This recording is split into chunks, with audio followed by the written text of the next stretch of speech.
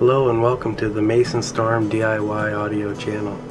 In this video series we're going to look at making some powered bookshelf speakers for a computer.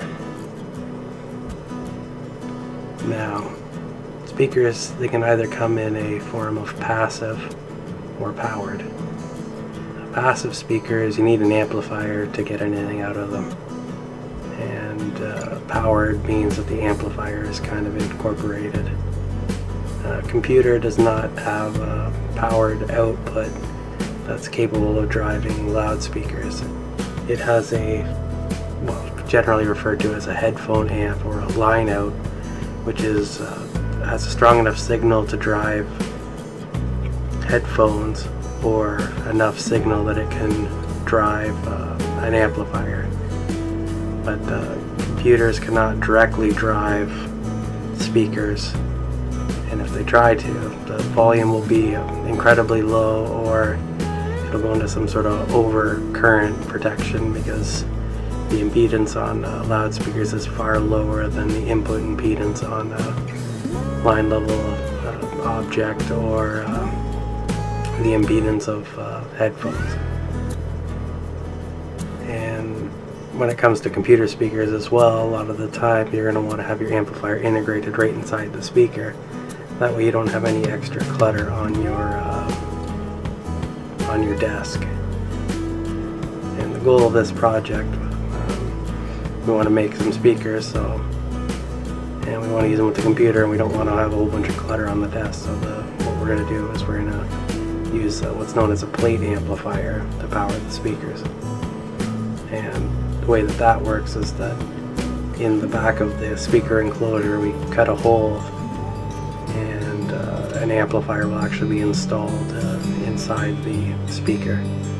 And the back side of this amplifier, which will be known as a plate amplifier, is able to radiate heat outside of the enclosure to prevent any form of overheating and allow for a safe use of mains power with the speaker, as opposed to some other internal amplification system that quite frankly in home DIY audio it can't be made safe enough. You don't want to have a fire hazard. Having an amplifier, something that's taking mains current, 110 in North America, 220, 240 depending on where you are in the world, inside of a wooden box can be dangerous. And getting a plate amp that's been designed by a reputable company is one way that you can protect yourself from having a fire hazard. If it's manufactured in a way that it passes local regulations like CE listed or whatever. Already kind of decided on which plate amp we're going to be using for this project. It's a Dayton Audio one. I just wanted to kind of address the elephant in the room of powered versus passive speakers. And this first part of this video here, this was my attempt at making a crossover that would work with this particular woofer that I've been trying to find a tweeter to work with. And the first half of this video didn't really work out, but I left it in there because it's more visually interesting than something else. So first I'm going to probably show that woofer again in a second, just so you get another chance to take a look at it. And then I got some drawings that I made myself on kind of how the amplifier on the computer works or whatever. So as you can see, the amplifier and the headphones, it's driven by the same type of output, and then the amplifier is able to make the signal strong enough that it can power the speakers. And then in my second drawing it shows kind of what a plate amp kind of looks like, and then I'm gonna actually have a picture of the one that I've kind of decided on for this project. What we have here is our Dayton Audio WF60PA Class D amplifier, plate amp, Wi-Fi, Bluetooth, bells and whistles. We'll look at it more when it comes in, but first we're going to actually finish up the design of this speaker, because that's actually the main focus of this video. And I found that the tweeter that I used in the last speaker project actually works really good with this neodymium woofer that we have here, and I think the combination of the two will really work out good in the long run.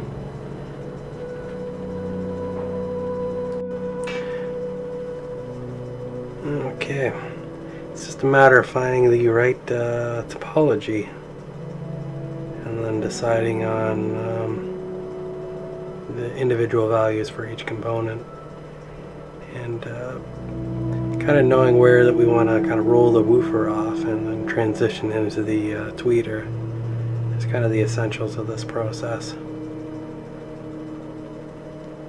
And the way I typically like to do it, I start with doing like a first order and then just kind of messing with the value and see what kind of happens, because I know with each additional order, or as you add a component to each topology type, the curve will become steeper, and depending on the impedance curve of the given driver will determine really how well that'll kind of respond. But once you kind of have it kind of going the way you want it to, and have it somewhat close to the target line, your flat waveform or whatever, then I start looking for real components. And what I just pulled up there on the website was the I believe it was the list of inductors that Solon sells, and they have all the different values and they have all the DCR, because each inductor has a given resistance, and as you change the inductance, as like the greater the inductance, the resistance will go up as well, because the wire that is used to make the coil for the inductor is longer, so more resistance.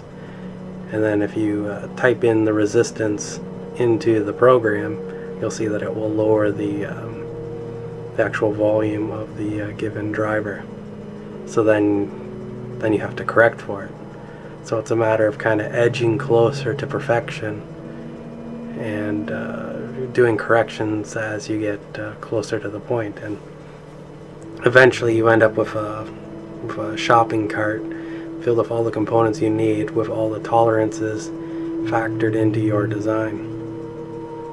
It kind of takes a little while to do, and probably the more you do crossover design, the more you'll see kind of what are common values of capacitors, what are the common values of inductors.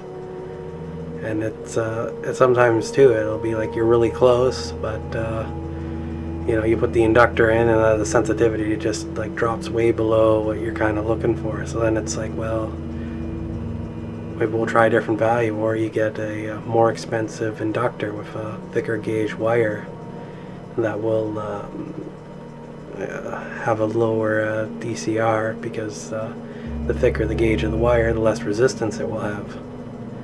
So there's trade-offs that way, and I think it's good to kind of be aware of this kind of as you're going, because I've designed crossovers one day and then redesigned them another, and my crossover was like $40 cheaper per speaker, which was kind of ridiculous. And that's why I think it's a good idea to kind of take your time, try different things out, work on it on multiple days, and see what kind of different results you can get, because sometimes you can really luck out, and then your crossover doesn't cost as much and maybe even sounds better than what you had going before. Same thing is too if you can eliminate components on your crossover, and because the less complicated your crossover is, odds are the less that can go wrong when constructing it, and the smaller the space the crossover will take inside your enclosure. And having more money is nice.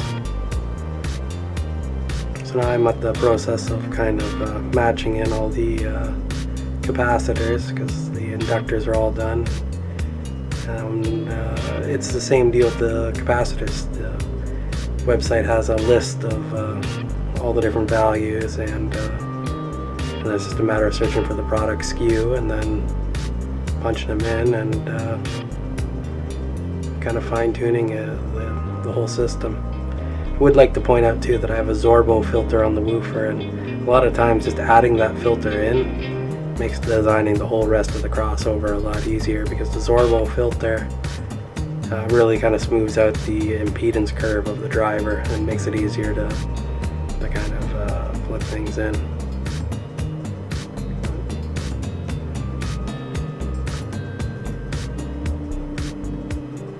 But at the same time, I guess it is extra components, but it's probably worth it. Well, at least in this case it is. Like my frequency response on this driver design is incredible. So I think I'm going to be very happy with how these will turn out at the end. And you know, overall, the price for everything, which I'll have here in a second, I think it's quite good. You know, for just some computer speakers, some very high-end sounding computer speakers.